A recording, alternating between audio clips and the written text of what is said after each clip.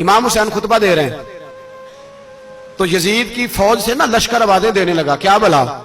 کہنے لگے حسین جلدی کرو، یا بیعت کرو یا جنگ کرو، دیر نہ کرو، ہمارا جمعہ لیٹ ہو رہا ہے۔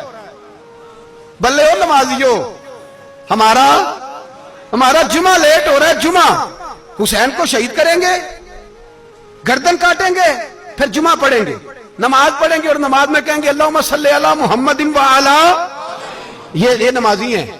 اہل بیت کی گردن پہ چھری چلائیں گے، پھر نماز پڑھیں گے اور کہیں گے اللہم صلی علی محمد وعلی، بلے ہو نمازیو۔ علامہ ہزاروی کہا کرتے تھے بلے ہو نمازیو۔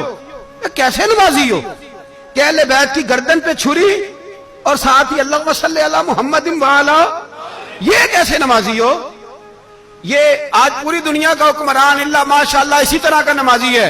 وہ کہتا ہے میری فوٹو دیکھی نہیں، میں نے عید پڑھی ہے مسجد میں، دیکھا نہیں فوٹو لگی ہوئی تھی، میں نے بھی عید پڑھی ہے، جمعہ پڑھا نہیں میں نے، میرا بھی ابا فوت ہو جائے تو جنازہ پڑھتا ہوں، مولوی مجھے مسلمان کیوں نہیں مانتا؟ میں نے کہا یزید کو کیوں نہیں امام حسین نے مسلمان مانا؟ وہ تو دمشق کی جامع مسجد کا خطیب تھا۔ امام حسین نے سبق دیا ہے، سبق کہ زانی شرابی کو حکمران بنایا جا سکتا،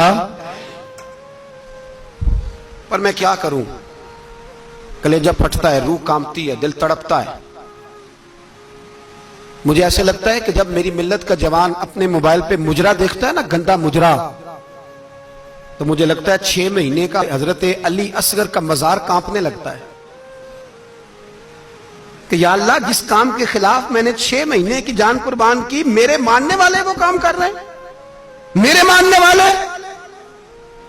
اور جب مہندی کی رسم پہ شراب کی بوتلیں چلتی ہیں اور حاجی صاحب کہتے ہیں مجھے نہیں پتا منڈے کنڈے کیا کر رہے تھے، تو مجھے لگتا ہے حضرت عباس کے کٹے ہوئے بازوؤں میں پھر سے درد شروع ہو جاتا ہے، اور وہ کہتے ہیں میں نے جس کام کے خلاف بازو کٹوا دیے، میرے ماننے والے وہ کام کر رہے ہیں۔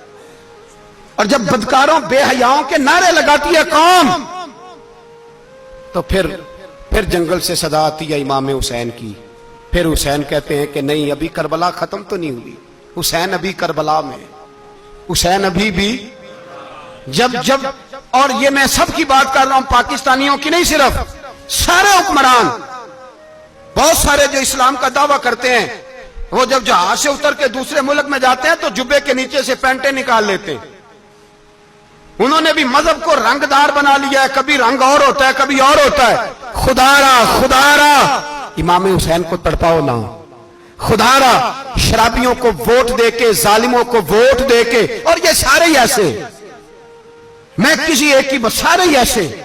یزید نے بھی کتا رکھا ہوا تھا، اس کے بھی سانس ہویا کرتا تھا، آپ کے بھی کئی سیاستدانوں نے پالے ہوئے۔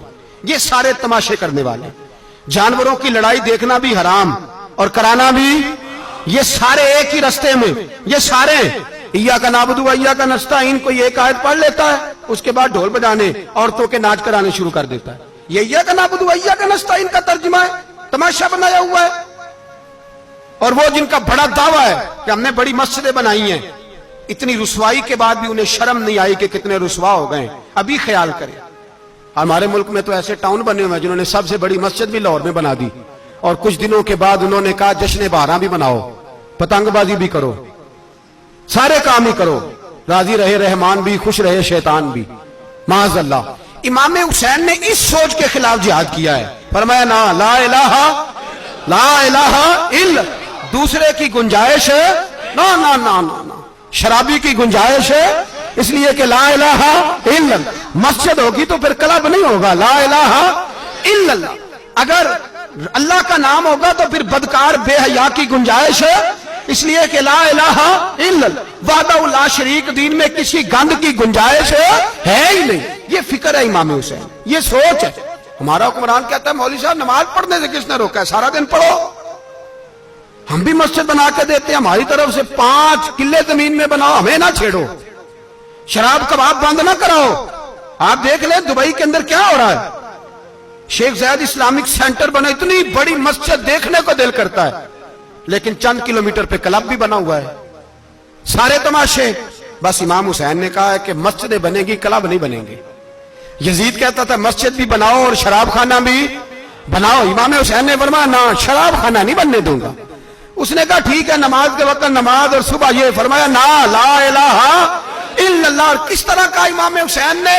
آپ نے فرمایا خود ہی کا سر نہاں، اقبال ترجمہ کرتے ہیں، خود ہی کا سر نہاں لا الہ الا اللہ، خود ہی کا تیغ فساں لا الہ الا اللہ، اگرچہ بت ہیں جماعت کی آستینوں میں پر مجھے ہے حکم ازاں لا الہ الا اللہ، اور بہار ہو کے خزاں لا الہ الا اللہ۔ اور پھر بول پڑے اقبال اور کہنے لگے اگر یہ دور اپنے ابراہیم کی تلاش میں ہے، یہ دور اپنے ابراہیم کی تلاش میں، کیونکہ صنم کدا ہے جہاں لا الہ الا اللہ، اور اس کا ترجمہ انہوں نے کہا تھا نا یہ دور اپنے ابراہیم کی۔ ہمارے شہر کے بزرگ تھے شیخ عبدالصبور بیگ منشور ہزاروی علیہ رحمہ، انہوں نے ترجمہ کیا، وہ کہنے لگے اس شاہ مشرقین کی، اس نور عین کی۔ مجھے حضرت صاحب کا یہ شعر بڑا ہی پسند ہے، بڑا ہی پسند ہے مجھے ان کا یہ مصرع بڑا ہی پسند ہے۔ اور میں ان کی قبر پہ جب ان کے انتقال کے بعد آگے بڑھا فاتحہ کے لیے تو پھر بھی میرے کانوں میں ان کا یہ فکرہ گونج رہا تھا، وہ کہا کرتے تھے اس شاہ مشرقین کی، اس نور عین کی، مطلوب ہے جہاں کو قیادت حسین کی، ہر سو یزیدیوں کا زمانے میں زور ہے، ہر سو یزیدیوں کا۔ دیکھو بزرگ کیا کہتے ہیں، ہر سو یزیدیوں کا، ایک یزید تھا نا، ہر سو یزیدیوں کا، اس شاہ مشرقین کی، اس نور عین کی، مطلوب ہے جہاں کو قیادت حسین کی، ہر سو یزیدیوں کا زمانے میں زور ہے، منشور آج پھر ہے ضرورت حسین کی۔ میرے بھائی امام حسین، اب پتہ کیا کیا کریں، ایک معروف نعرہ ہے، امام حسین تو زندہ باد ہے، اور انشاءاللہ وہ پہلے بھی زندہ باد تھے، قیامت تک کی زندہ باد ہے، حسین ہی تو زندہ باد ہے۔ آپ کو سچی بات بتاؤں، حسین ہی تو، اور قیامت میں جب کسی نے اٹھنا ہوگا نا، اٹھنا، آپ یقین کریں جب کمر جھکنے لگتی ہے امام حسین کا نام سامنے آ جائے تو سیدھی کھڑی ہو جاتی ہے۔ حسین تو علامت ہے کھڑے ہونے کی، اور دنیا میں قتیل اس سا منافق نہیں کوئی جو ظلم تو سہتا ہے بغاوت نہیں کرتا۔ یہ امام حسین نے ہمیں بتلایا ہے کہ وہ منافق بے ایمان ہے جو ظلم سہے اور چپ کرے، یزیدی کے خلاف کھڑا نہ ہو۔ اس لیے ہم کہتے ہیں ہم سے نہ رقم ہوں گے قصیدے یزید کے، ہم لوگ تو حسین کے سیرت نگار ہیں۔ یہ کیسے زندہ باد، یہ نعرہ ضروری ہے، مردہ باد، اس نعرے کی ضرورت ہے، اس نعرے کی۔ حسین تو زندہ باد ہے لیکن حسینیت زندہ باد، اور مردہ باد کیا ہے؟ اس لیے کہ یزیدیت بھی مری نہیں، یزید مرا پر یزیدیت وہ سسکتی ہے، دم توڑتی ہے، پر کسی نہ کسی رنگ میں، کسی نہ کسی کی شکل میں اٹھ کھڑی ہوتی ہے۔ اسی لیے اقبال نے کہا ستیزہ کار رہا ہے ازل سے تا امروز، چراغ مصطفی سے شرار بو لہبی۔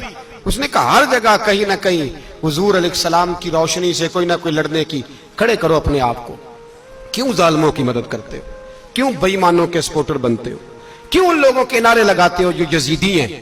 حسینی بنو، حسینی بن کے زندہ رہو، کوئی کھا نہیں جائے گا، کوئی کھا نہیں جائے گا۔ یزید مر جایا کرتے ہیں اور حسینیت آج بھی زندہ ہے اور قیامت تک زندہ رہے گی۔ جو شرابی ہے، زانی ہے، بدکار ہے، اگر تو آپ کی تبلیغ پہ باز آ جائے تو ٹھیک، ورنہ آپ کا اس کے ساتھ دوستانہ رکھنا بھی حرام ہے۔ کیا فتویٰ دیا میں نے؟ حرام ہے، حرام۔ اگر آپ کا دوستانہ ہے تو پھر 9-10 محرم کو دیگ نہ پکانا چاول کی، اس لیے کہ امام حسین کو تیری بریانی کی کوئی ضرورت نہیں، تیری باسمتی اور چھوٹا گوشت سنبھال کے رکھنا گھر میں، کوئی حاجت نہیں۔ اگر شرابی، کبابی، زانی، بدکار سے دوستانہ ہے، اگر محلے کے غریبوں کو گالی دینے والوں کے ساتھ تیری دوستی ہے تو پھر 10 محرم کو چاول کی دیگ بالکل نہ پکانا، اس لیے کہ یہ کوئی تماشا نہیں کہ دوستی قاتل سے بھی مقتول سے یارانہ بھی، کوئی مطلب نہیں اس بات کا۔ امام حسین کو ماننا ہے تو پھر ڈٹ کے مانو، مظلوموں کے ساتھ کھڑے ہو جاؤ، غریبوں کے ساتھ کھڑے ہو جاؤ، برما کی بات کرو، برما کے مسلمان کی بات کرو، فلسطین، کشمیر، ان سب کے حق میں مسلمان اس وقت کھڑے ہوں گے جب سوچ حسینی ہو جائے گی، جب نظریہ حسینی ہوگا پھر کھڑے ہوں گے۔ 10 محرم ضائع نہیں کریں۔ اہل سنت کی علماء جہاں جہاں قرآن و سنت کی روشنی میں امام حسین کی بات کریں، جہاں جہاں بھی کریں، وہاں جا کے شریک ہوں۔ ہم بھی ہر سال بیٹھتے ہیں امام حسین کی یاد منانے، اور اس طرح بیٹھتے ہیں کہ حسین ہمارا ہے، حسین ہے، اور انسان کو بیدار تو ہو لینے دو، ہر شخص پکارے گا ہمارے ہیں حسین۔ اللہ ہمیں امام حسین کی سوچ عطا فرمائے۔ 10 محرم عشاء کے بعد 10:30 بجے تک آپ حضرات تشریف لائیں۔ آخر دعوانا ان الحمدللہ۔